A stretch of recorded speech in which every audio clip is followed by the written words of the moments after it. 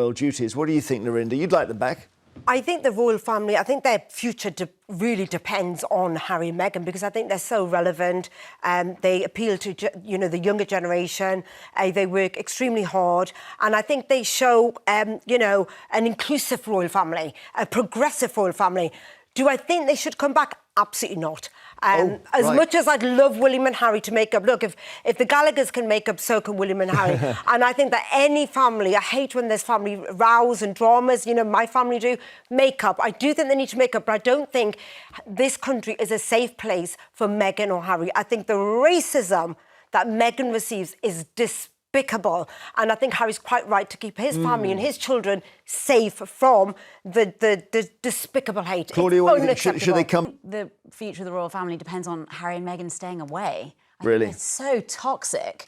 I'm really pleased to see that the UK has such good sense to give them such low opinion polls. They didn't just pack their bags and hop across the pond. They torched the bridge on their way out and then did a 6-part Netflix documentary about it. I don't think you can get away with... Well, you're talking about here as the cookie show. How are they toxic?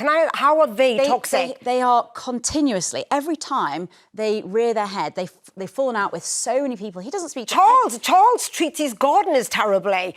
Charles has done an interview. Charles has written a book. It's about, he accused the Queen of racism, basically. That was the thing. He didn't say the Queen. They never. The Queen was head of the royal family. Well, it doesn't matter. If they felt there was racism, they felt there was racism. They should be able to speak about that. Well, no, because they accused them on the public stage of racism and neglect, knowing that the royals have absolutely no right to reply. No, they do have a right to reply, because actually they feed their stories into the press and they throw Harry and Meghan under the press all the time. Under the bus. Okay. Harry and Meghan feed their stories back in as well. That's nasty. Okay.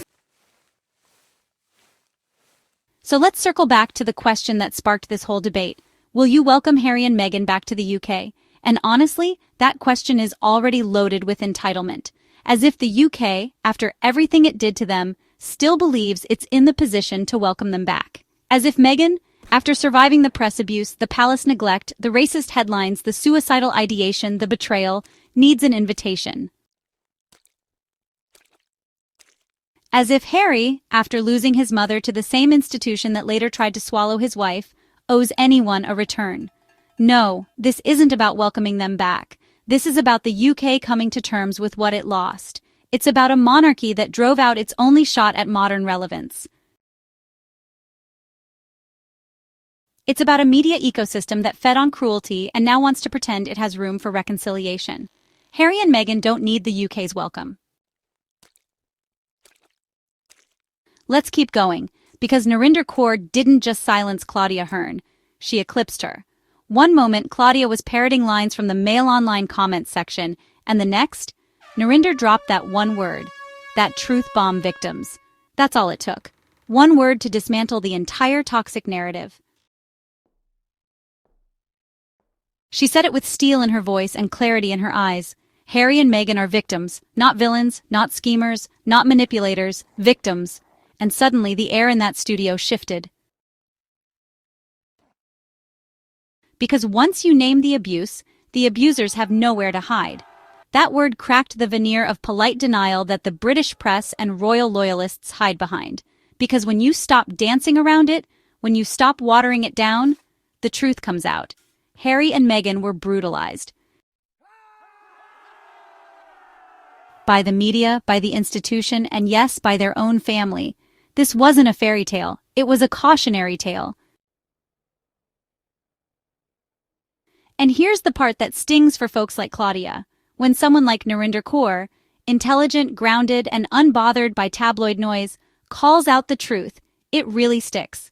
Claudia was left floundering, trying to sound relevant, but honestly, she just ended up sounding like the ghost of Piers Morgan past. She could throw around childish nicknames and dismiss Meghan's pain with sarcasm, but Narinder came with facts, with lived experience, with the kind of moral authority you just can't fake. And that's what makes her voice so powerful. She's not playing some partisan game. She's cutting through the noise with real precision. She knows the cost of silence, the violence of erasure, and she wasn't about to let Claudia rewrite history with snark and smugness. Now let's not let Claudia off the hook just yet. Because when she called Harry and Meghan toxic, what she was really doing was projecting. Projecting the toxicity of a media ecosystem that made its billions attacking a pregnant woman. Projecting the bitterness of a crumbling institution that just couldn't handle being outshined. Let's be clear, the only toxic thing in this conversation is the refusal to acknowledge the humanity of Harry and Meghan. What's toxic is a palace that could issue statements for corgis, but not for their first biracial duchess. What's toxic is protecting Prince Andrew with silence and legal muscle, but letting Meghan drown in dog whistles and death threats. And Claudia?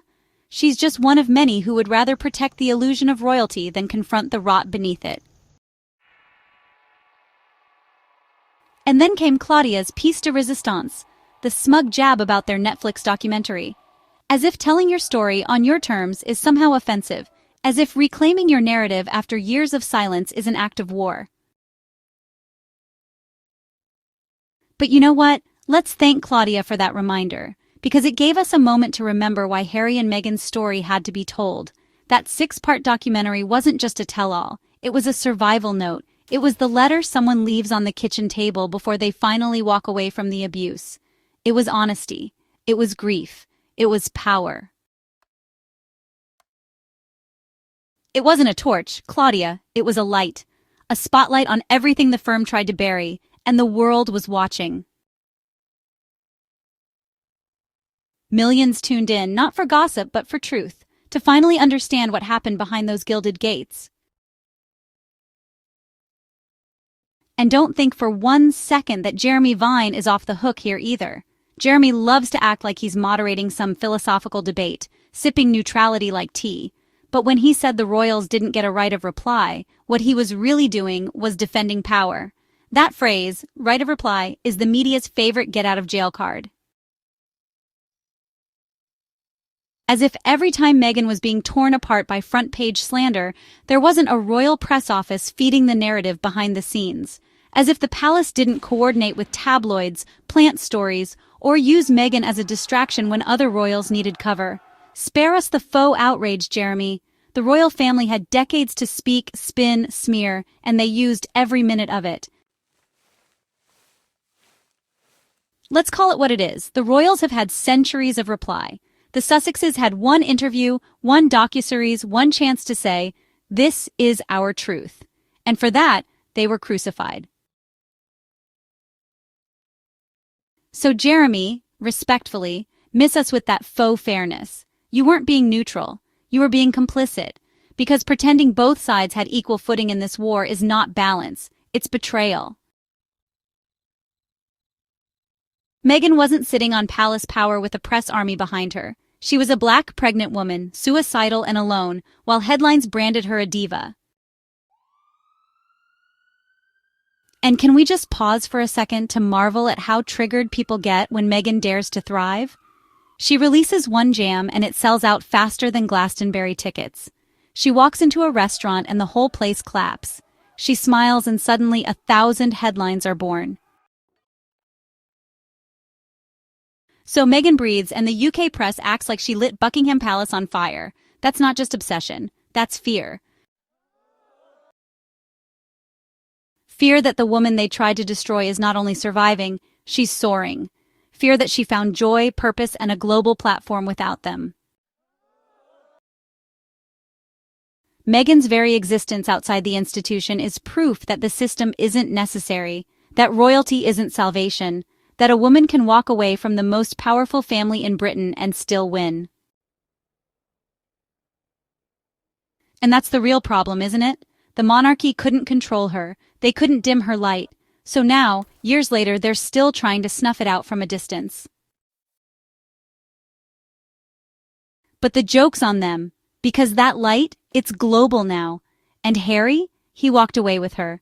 He chose peace over protocol, family over duty, truth over tradition, and in doing so, he did something his ancestors never had the courage to do: break the cycle.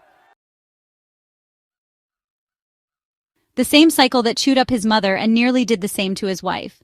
That's not betrayal, that's bravery. Meanwhile, William and Kate are clinging to staged photo ops like they're auditioning for the crown. Charles is playing king with all the charisma of a damp tea towel.